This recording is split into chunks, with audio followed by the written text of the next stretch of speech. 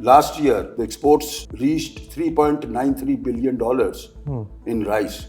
This year, we will be nearing or exceeding $5 billion in exports. So it is basically prosperity in those rural areas. There is a misunderstanding about whether a hybrid is GMO or not. Hybrid is not GMO. So some people think that, bringing in hybrid will bring in GMO. It is not like that. GMO is not allowed in Pakistan. Yes, in shape of soybean imports from overseas, GMO is allowed for feed purposes. Maize is produced locally, and so is rice. We are trying to develop the parental lines as well in Pakistan. But male and female parental lines are imported, and the seed is being produced in Pakistan and very successfully, giving better production and better yields than even in China. We have these problems coming up like drought, heat. For example, last year in rice crop, at the stage of flowering, there was a heat wave and crop got damaged. And when the harvest time came, there was a standing crop but empty shell, no grain formation. That was because of heat wave. Any agricultural inputs like sales tax and government should avoid bringing in new taxes on the agricultural inputs. Hello and welcome to Dawn English News. Today we have with us Shahzad Ali Malik. He is the director at Guard Group of Companies, and he is also pioneer in bringing hybrid rice seed technology to Pakistan. Besides that, he is also looking after the Guard Agriculture Research and Services division of his group as its chief executive. Welcome to the show. First of all, I would like you to explain why Pakistan's crop yields are so low, and in certain crops we see output actually going down. What are the main factors? Actually, there are many factors, but one of the main factors is lack of research and development in virtually all the crops and availability of good quality seed. I may give you an example. We have 5 field crops: wheat, cotton, rice, maize, and sugarcane. Out of these 5 field crops, only 2 crops are performing satisfactorily, and those 2 are maize and rice. And if you get into the depth why these 2 are performing better than the other crops, then you will see that behind the maize and rice, there is hybrid seed technology. Both have hybrid seed based production, and for maize hybrid seed, multinational companies in the private sector took up this initiative about 30 years ago. And in rice crop, hybrid seed initiative was taken by purely and exclusively by a national seed company. Because of the hybrid seed, the production has increased manifold. I'll give you an example of rice hybrid. If you go back 25 years, in 1990s, decade of 1990s, rice production of our farmers, particularly for non-basmati varieties, in Sindh, it was about 45 to 50 mons per acre. After hybrid rice seed technology was introduced, the farmers were able to get yield of 100 to 10 mons per acre, as compared to 45 to 50 mons per acre with the conventional seed. Hybrid rice seed gave production of 100 to 10 mons per acre yield. Because of double the production due to the higher yield of hybrid rice technology, farmers got double the yield. It, as a result, doubled their income. And in the areas where hybrid rice seed technology went, in those areas, because of increased income of the farmers, there was prosperity in those areas. There was visible reduction in poverty in those areas. And besides that, on the other hand, our rice exports, which were almost about 250 to $300 million way back in year 2000, 2001. Today, last year, the exports reached $3.93 billion in rice, almost touching $4 billion. And this year, by the close of this financial year, we expect, inshallah, we will be nearing or exceeding $5 billion in exports.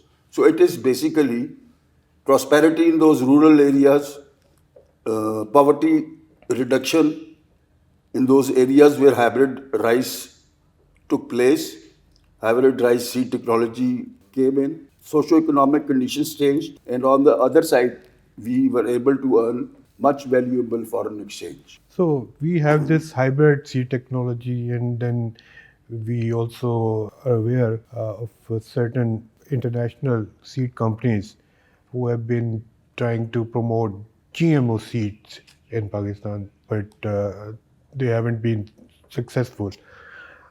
So just briefly explain what is the difference between hybrid and GMO technology, and which is better? You see, in GMO and hybrid, in Pakistan, GMO crops are in fiber category. For cotton, we are using genetically modified seed, and but for food and feed crops, Pakistan has not allowed as a policy to use GMO technology. Therefore, only for fiber crops like cotton, it is being used, genetically modified seed is being used.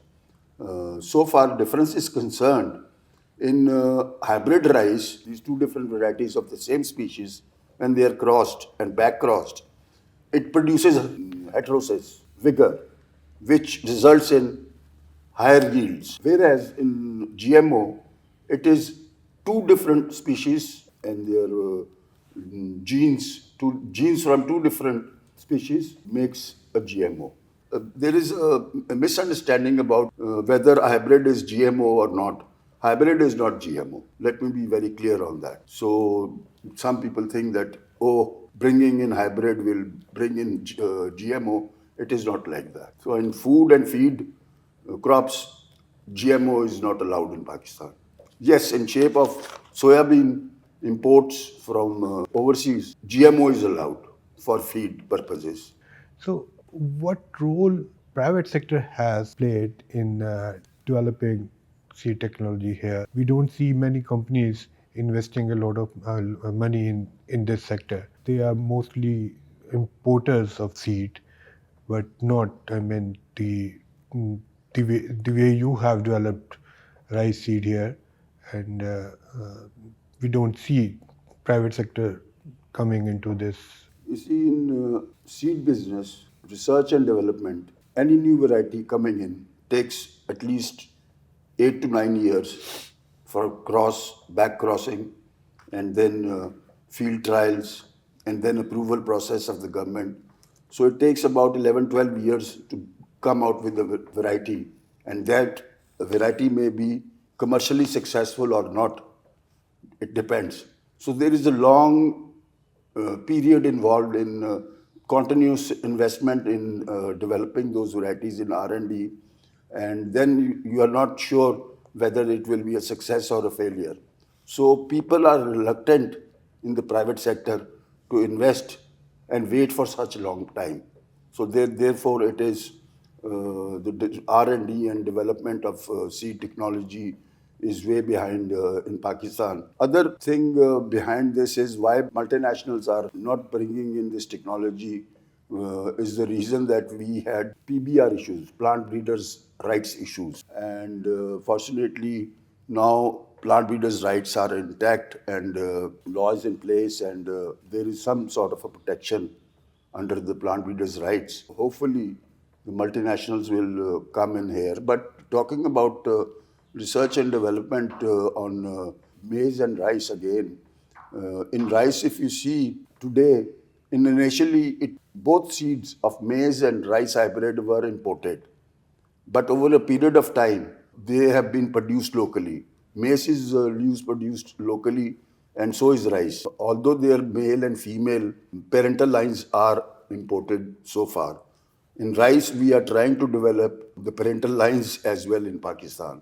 But male and female parental lines are imported, and the seed is being produced in Pakistan and very successfully, giving better uh, production and better yields than even in China, from where this technology comes out. Hybrid rice technology was invented in China by Professor Yuan Longping. And China is the house of hybrid rice seed technology.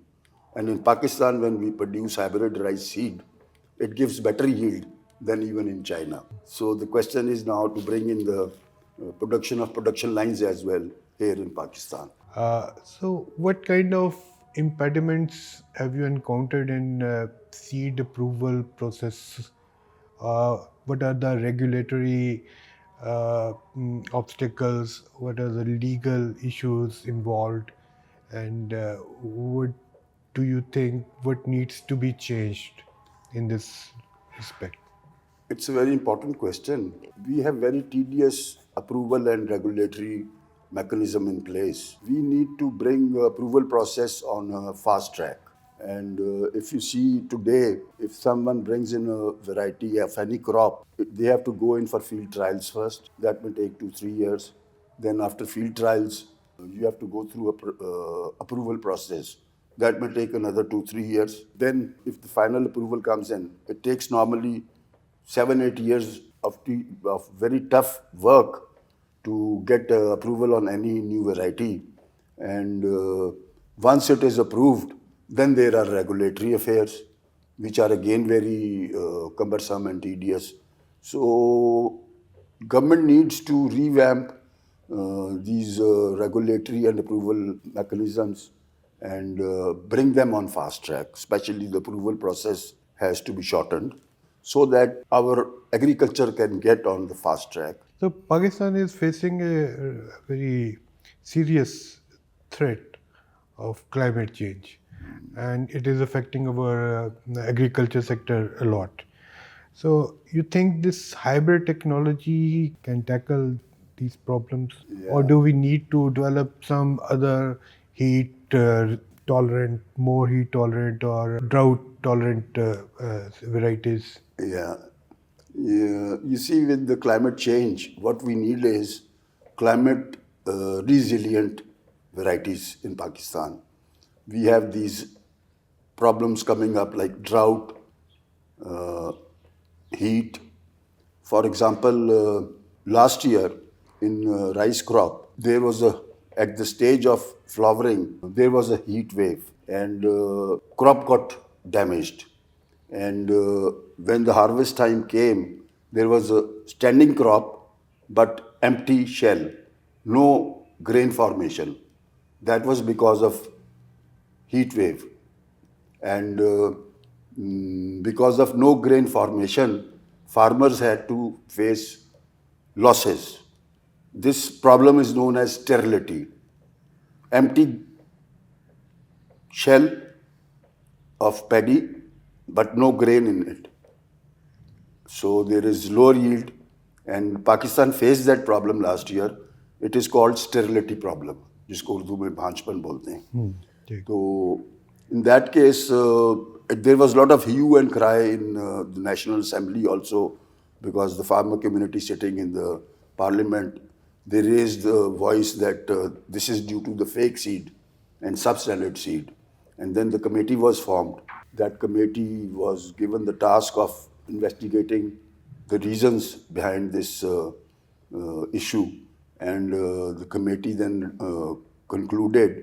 gave the recommendations and concluded that it is because of the heat wave, the damage, and recommended that the sowing should be on time, and as well as, more importantly, that seed companies in the private sector and research institutes in the public sector, they must and they should work on development of heat tolerant varieties. So that is the need of the hour, that our researchers work on heat tolerant as well as drought tolerant and also on salinity tolerant varieties, which problems are coming up because of this climate change, and we need to have climate resilient crop varieties. So, are you working on these varieties? Yes, in private sector, our company at least is working on. In fact, we already have heat tolerant varieties and drought tolerant varieties. And Alhamdulillah, last year when this sterility problem in rice crop came, our seed varieties performed much better than other seed varieties, especially conventional seed and other hybrid rice seed varieties by other companies. Our varieties which are heat tolerant gave better result. So the results are already there to see by the farmers themselves and the government that if there is a heat tolerant or drought tolerant variety, it will perform better than non-heat tolerant or non-drought tolerant varieties. So, apart from rice, which other field crop are you looking at for development of hybrid seed technology? As a company, we have been working on developing cotton hybrid, and we had a joint venture between a Chinese company and our company way back in 2005. And in cotton hybrid in 2011 or perhaps 2012, one and the only cotton hybrid variety was approved by Punjab Seed Council. At that time, we could not introduce it, commercialize it for several reasons. And one of the main reason was that cotton seed import is banned in Pakistan. It cannot be imported. All seed varieties, may it be rice, maize, vegetable seeds even, they are allowed to be imported. But cotton seed is not allowed to be Why imported. is that? The reason given for that is that with the seed, imported seed, disease may come with that seed. But my point of view is that already those diseases which are overseas in other countries are already in Pakistan. For example, in cotton, there is a disease known as CLCV, cotton leaf curl virus. Yeah. It is in Pakistan and it is even in China or even in India. So if we bring in those varieties, those all those diseases are already in Pakistan. So what's the reason of banning these? We have taken up this matter. On 7th March this year, there was a meeting called by the Prime Minister at the Prime Minister House, and 7, 8 prominent businessmen were invited. I was among them, and I brought up this issue with the Prime Minister and requested him to lift this ban on import of cotton seed if we have to revive our cotton economy. As you know that our economy is dependent upon, when we say that agriculture is the backbone of our economy, but in agriculture the backbone is seed, and in cotton, basically our farmers, because of the low yields, are shifting to maize, rice, and sugarcane, which gives better income, better returns. And cotton production has declined from a high of 14 million bales, which we produced in perhaps 2012 or 13. From 14 million bales, we have come down to Less than 5.56 million bales, and our textile industry's requirement is 15 million bales. So we are importing cotton. Why not allow import of cotton seed and improve our yields so that we can revive our cotton economy? So Prime Minister was kind enough to understand my point of view, and there and then he asked, told the Minister for National Food Security and Research to take up this matter on a fast track and give approval, lift ban on the import of cotton. And already it is under process, and the case is now lying with the cabinet committee. And inshallah, it will the ban on import of cotton seed will be removed. I can see that coming very soon, inshallah. So, the budget just around the corner. What will be your proposals for the to be included in the budget? Submission would be to not to put taxation on any agricultural inputs like sales tax, and government should avoid bringing in new taxes on the agricultural inputs. That is very important for our agriculture, for our farmers, and for encouraging agro businesses, that there should be no imposition of new taxes on the inputs. Thank you so very much, Shahzad. Thank Thank you you for ji. your बहुत time. शुक्रिया. Thank you very much.